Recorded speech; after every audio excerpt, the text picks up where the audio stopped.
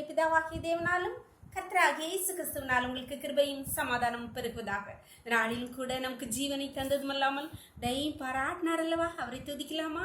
யாக்கோபின் தேவன் என் தேவன், யாக்கோபின் தேவன் என் தேவன், எனக்கென்றும் துணையவரே, என்னாலும் நடத்துவாரே. ஏதும் இல்லை என்ற கவலை இல்லை, துணையாளர் என்னை விட்டு விலகவில்லை.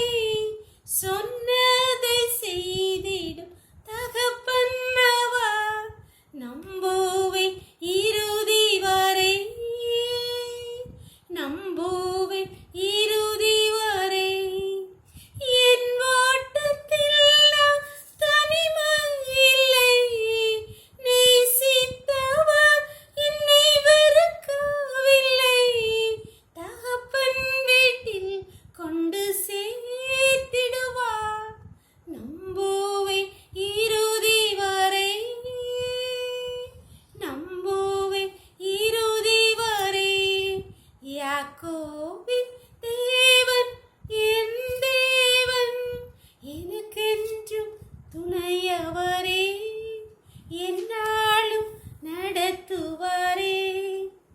வேத பகுதி வாசிக்கலாமா? 1 ராஜாக்கள் 17ஆம் அதிகாரம் 10வது வசனம் முதல் 16 வரை. எலியா எழுந்து சாரிபாத்துக்கு போனான். அந்த பட்டணத்தின் ஒலிவுமுக வாசலுக்கு அவன் வந்தபோது அங்கே ஒரு விதவை விறகு பொறுக்கி கொண்டிருந்தாள். அவன் அவளை பார்த்து கூப்பிட்டு, நான் குடிக்கிறதுக்கு கொஞ்சம் தண்ணீர் ஒரு பாத்திரத்தில் எனக்கு கொண்டு வா என்றாள். கொண்டு வர அவள் போகிற போது அவன் அவளை நோக்கி கூப்பிட்டு, கொஞ்சம் அப்பமும் உன் கையிலே எனக்கு கொண்டு வா என்றாள்.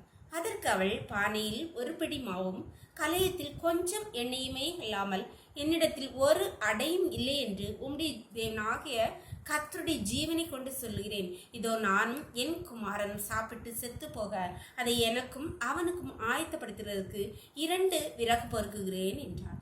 அப்பொழுது எலியா அவளை பார்த்து, பயப்படாதே, நீ போய் உன் வார்த்தையின்படியே ஆயத்தப்படுத்து. ஆனாலும் முதல் அதிலே எனக்கு ஒரு சிறிய அடையை பண்ணி என்னிடத்தில் கொண்டு வா, பின்பு உனக்கும் உன் குமாரனுக்கும் பண்ணலாம்.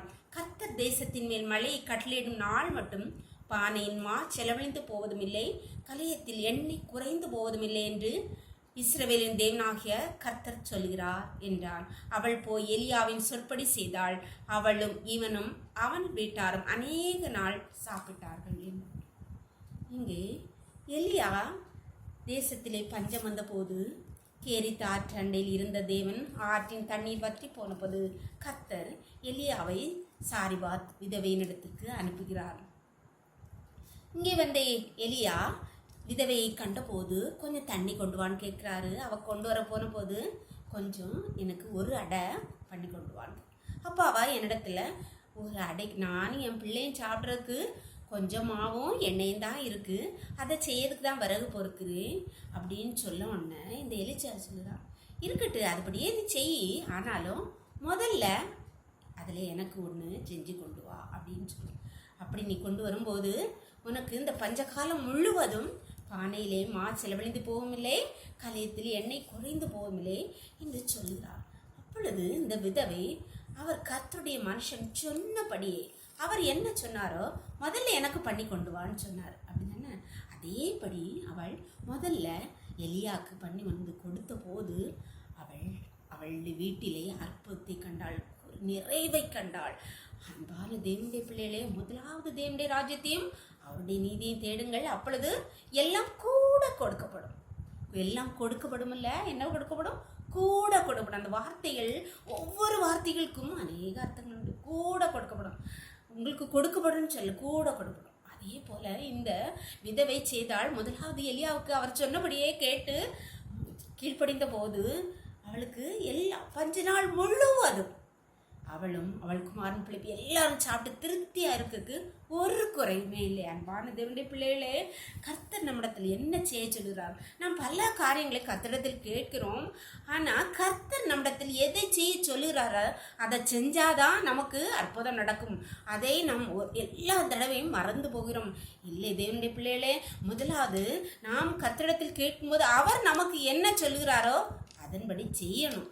அதை கீழ்ப்படியும் போது அற்பத்தை நம்முடைய வாழ்க்கையிலே ருசிக்கலாம், அதிசயத்தை காணலாம். ஜெபம் பண்ணலாமா? நம்ம ஒப்பு கொடுத்து எங்களை நேசிக்கிற எங்களை அன்பின் பரலோகத்தின் தகப்பனே, இந்த அருமையான நாளை கூட எங்களுக்கு ஈவாய் தந்தீங்களேப்பா, கோடி கோடி நன்றியப்பா. இந்த நாளின் காலை முதலையும் மட்டுமா உங்களுடைய தயவுள்ள கரம் கிருபையும் எங்களை தாங்கினதேப்பா, நன்றியப்பா. இப்பொழுதும் கர்த்தாவே அப்பா, உம்மிடத்தில் நன்மையை தேடி வந்திருக்கிற தங்கள் வாழ்வின் இறுதி எல்லையில் நிற்கிற ஒவ்வொரு பிள்ளைகளையும் உம்முடைய கரத்திலே தருகிறோம் அப்பா. உம்முடைய வார்த்தைக்கு கீழ்ப்படி நடக்கிற ஒவ்வொரு பிள்ளைகளுடைய வீட்டிலும் இருக்கிற குறைவை நீர் நீக்குகிறீர் என்பதை நாங்கள் கண்டு கொண்டோம் ஐயா. எங்களை உம்முடைய வார்த்தைக்கு ஒப்பு கொடுக்கிறோம் அப்பா.